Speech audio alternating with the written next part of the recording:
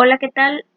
Chavos, les hice esta presentación para apoyar al material que ya les había subido a Edmodo sobre esta segunda clase de biomoléculas, las proteínas. La segunda clase porque ya vimos a los carbohidratos, ahora estamos con las proteínas.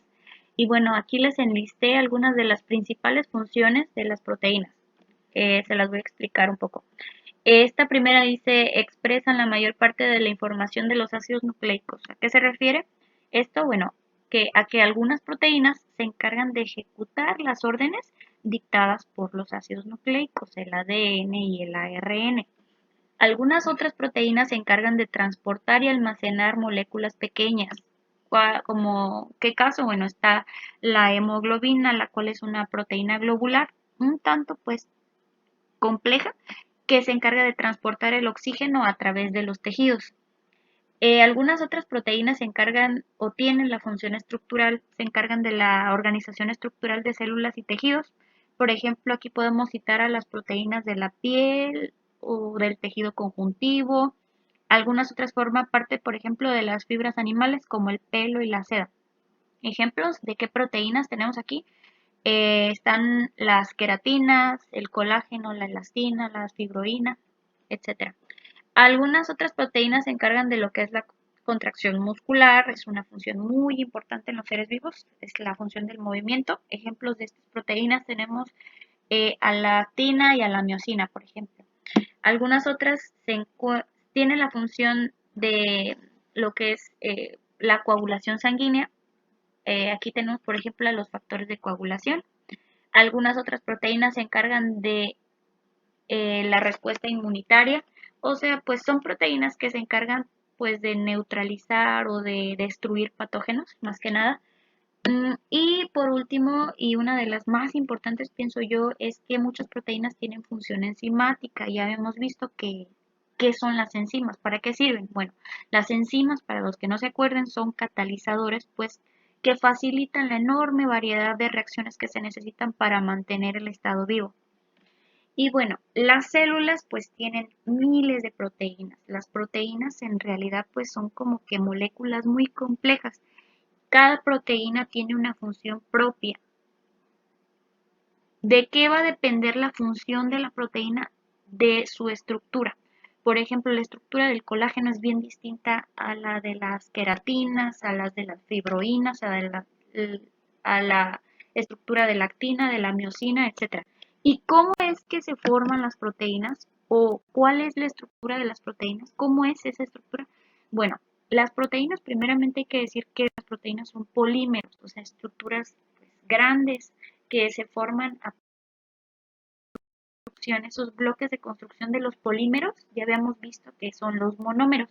Y esos monómeros en las proteínas o esos bloques de construcción de las proteínas son los aminoácidos. Y aquí en esta diapositiva les tengo la estructura general de un aminoácido. Un aminoácido, el, este bloque de construcción de las proteínas está conformado por un carbono alfa. Este carbono se dice que es alfa porque aquí se unen los demás grupos. ¿Sí? Se tiene en todos los aminoácidos, en todos, un, un átomo de hidrógeno unido al carbono alfa. También se tiene un grupo amino unido al carbono alfa y un grupo carboxilo unido al carbono alfa. ¿Sí? Todos los aminoácidos también tienen una cadena lateral o radical o grupo R, como le quieran llamar. Y este radical va a ser distinto en cada aminoácido. La glicina, su radical es el hidrógeno, por ejemplo. En la alanina, su radical es el CH3, en la valina es este, etcétera, etcétera. ¿Sale? Pero la estructura general de un aminoácido es este. ¿Sí? Todos los aminoácidos van a tener estos tres grupos. El único grupo que va a cambiar de aminoácido en aminoácido va a ser su cadena lateral. ¿Sí? Entonces los distintos aminoácidos pues se distinguen por sus cadenas laterales. Esta es la estructura general de un aminoácido, pero en condiciones in vivo, ustedes saben que la bioquímica pues se lleva a cabo a un pH próximo a la neutralidad, o sea, 7. ¿Sí? Como el pH del medio pues es de 7, se tiende a que el grupo carboxilo pierda el protón, este hidrógeno de aquí, y el grupo amino gane un protón. Por lo tanto, se tendría ya esta estructura con dos polos, un polo positivo del lado del grupo amino y un polo negativo del lado del grupo carboxilo. A esta estructura o a esta molécula se le conoce como estructura o molécula dipolar o suiterión, ¿sale? Y bueno, vamos a ver un poco sobre la estereoquímica de los aminoácidos, ¿sale? Como pueden ver aquí en esta imagen, el carbono, o bueno, más bien, el aminoácido, los aminoácidos tienen una estructura tetraédrica, ¿sale? El carbono se encuentra unido a 4 sustituyentes que pueden ser distintos. Si se tienen 4 sustituyentes distintos, como lo dice aquí, al carbono se le conoce como un centro quiral o también se le conoce como un estereocentro o un carbono asimétrico, siempre y cuando se tengan 4 sustituyentes distintos. Pero en el caso, por ejemplo, de la glicina, no se tiene este caso porque la glicina como cadena lateral o como R tiene un hidrógeno. Entonces no se tendrían 4 sustituyentes distintos, por lo tanto el carbono de la glicina no es un centro quiral o estereocentro o carbono asimétrico. Aquí no aplica, solo en la glicina. En todos los demás aminoácidos se aplica. Si se tiene un carbono asimétrico, o sea, con 4 sustituyentes distintos, se tendrán por lo tanto 2 estereoisómeros distinguibles o enantiómeros. ¿Sí? Es lo mismo, estereoisómero o enantiómero. ¿Qué es un estereoisómero? Bueno, son imágenes especulares que no se pueden superponer una de la otra, ¿sí? E imagínense las palmas de la mano. Si ustedes ponen la mano izquierda sobre la derecha, ¿se puede superponer una de la otra? No, no quedarían como que los dedos a la par, ¿verdad que no? ¿Qué otra cosa?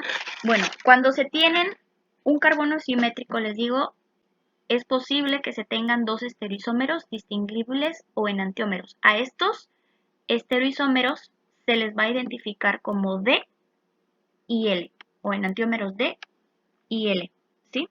Se pueden distinguir estos enantiómeros D y L experimentalmente, ya que sus soluciones rotan el plano de la luz polarizada en direcciones opuestas a la izquierda o a la derecha. Por eso la designación de la D y la L, dextrógiro, D, levógiro, L. ¿Qué otra cosa? Entonces, por lo tanto, pues la glicina no puede existir en las formas de IL, ¿verdad? Porque no tiene un centro de quiralidad, no tiene un carbono quiral, ¿sale?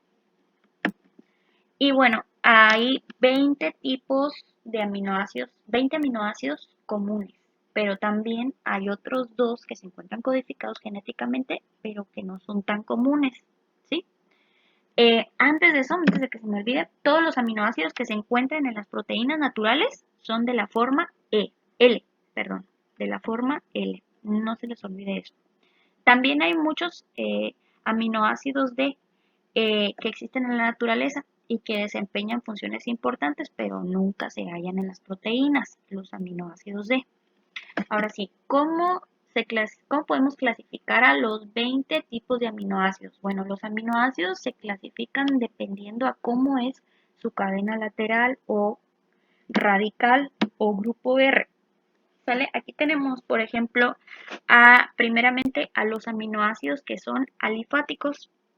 ¿Quiénes son estos? La glicina, la alanina, la valina, la leucina y la isoleucina. A medida que aumenta el número de carbonos e hidrógenos en su cadena lateral, también va a aumentar su,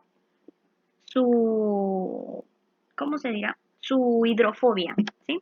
Su nivel de hidrofobia. Como son hidrófobos, es decir, son estructuras o moléculas que no pueden estar en contacto con el agua, no son amantes del agua, le temen al agua porque contienen carbono e hidrógeno, se van a encontrar comúnmente pues en el interior de las proteínas, porque ustedes saben, el cuerpo, las células se encuentra impregnada hasta por 70% de agua, como estos aminoácidos no pueden estar en contacto con el agua, se encuentran escondidos en las proteínas, ¿sale? Ya que aquí están protegidos por el agua. ¿Qué otra cosa de aquí? Bueno, sería todo. Otro tipo de aminoácidos son aquellos que tienen en sus cadenas laterales, tienen el grupo hidroxilo o que tienen azufre. ¿Qué pasa con estos aminoácidos que tienen el grupo hidroxilo, que tienen azufre, como la serina, la cisteína, la tronina y la metionina? Bueno, como tienen hidroxilo o azufre, estos sí pueden estar en contacto con el agua. Los compuestos que pueden estar en contacto con el agua se les llaman hidrófilos. Acuérdense, los que no están en contacto con el agua se les llama hidrófobos. Como pueden estar en contacto con el agua, pues estos se van a encontrar en la superficie de las proteínas, ya que aman al agua, van a estar en contacto con el agua. ¿Qué otra cosa? Aquí tenemos otro tipo de aminoácidos, solo ese, aminoácido cíclico, porque pues como pueden ver se forma aquí una estructura cíclica, un pentágono, un tipo pentágono. Este aminoácido pues es la prolina. En este aminoácido su cadena lateral forma un enlace covalente con el grupo amino. Como pueden ver, aquí está el enlace covalente entre el grupo amino y aquí este carbono de aquí.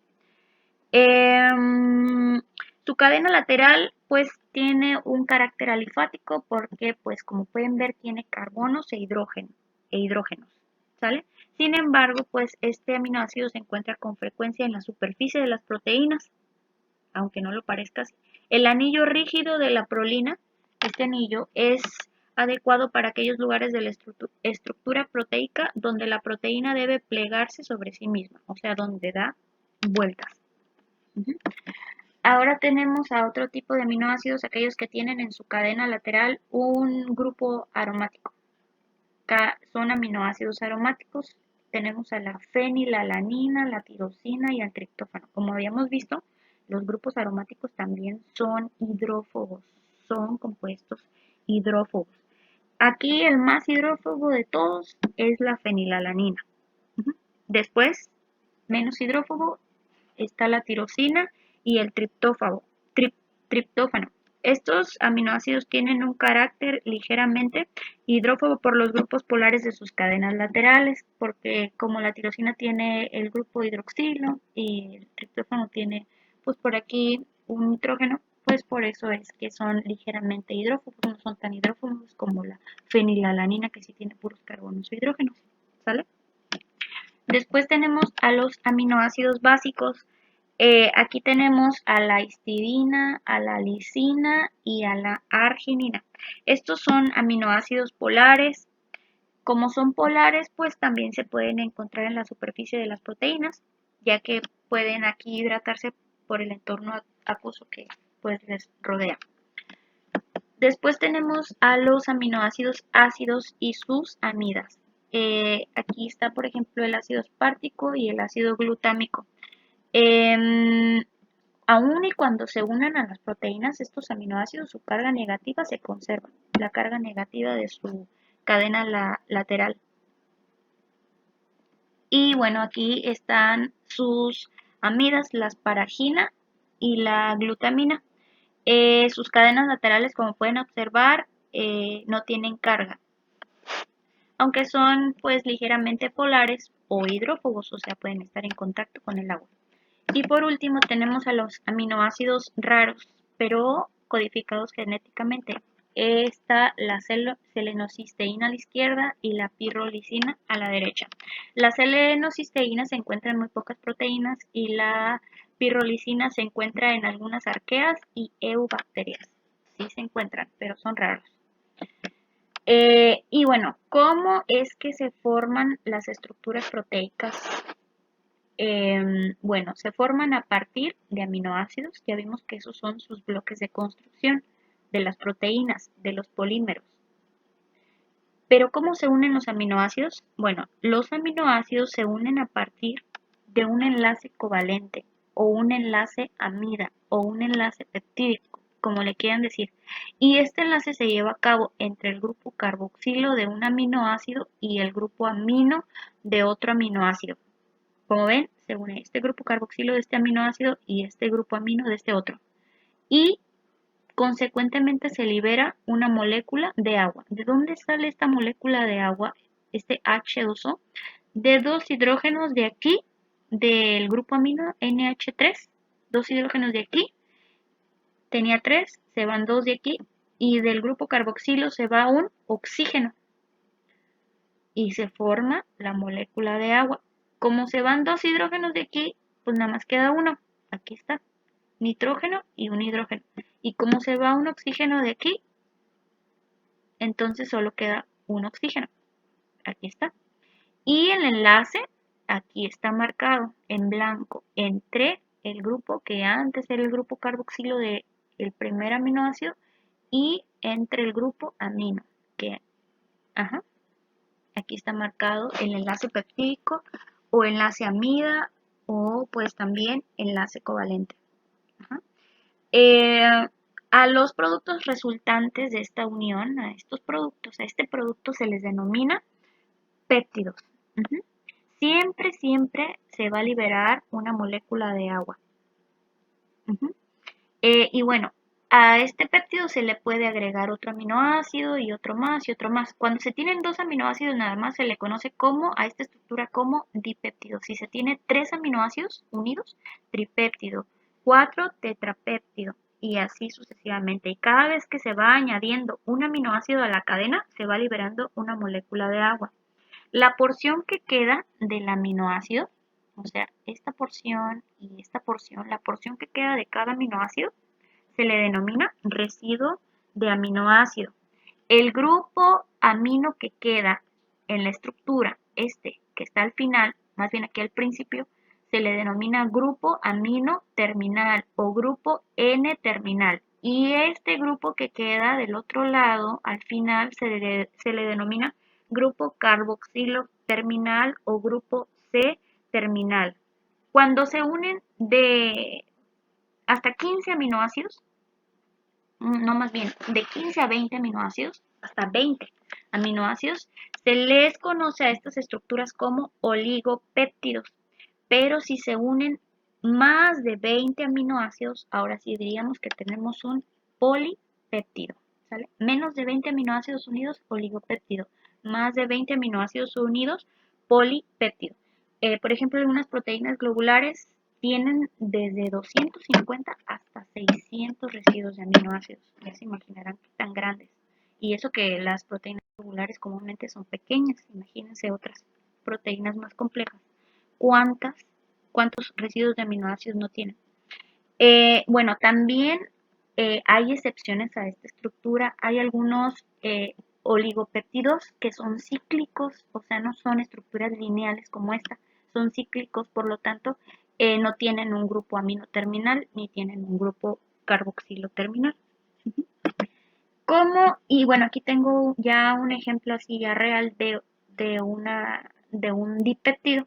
Este sería la secuencia glicina-glicina, dos glicinas unidas. Y aquí está marcado en blanco el enlace peptídico, ¿sale? Este sería el residuo de una glicina y aquí el residuo de la otra glicina. Este sería mi grupo carboxilo terminal y mi grupo amino terminal. Nótese aquí que ya no tenemos las letras R, ahora sí tenemos el hidrógeno de la estructura de la glicina que está acá, que fue de los primeros aminoácidos que les mostré. Miren, aquí está. ¿Qué tenemos en la R? En lugar de la R, un hidrógeno. Para la alanina, ¿qué tenemos? En lugar de la R, un CH3.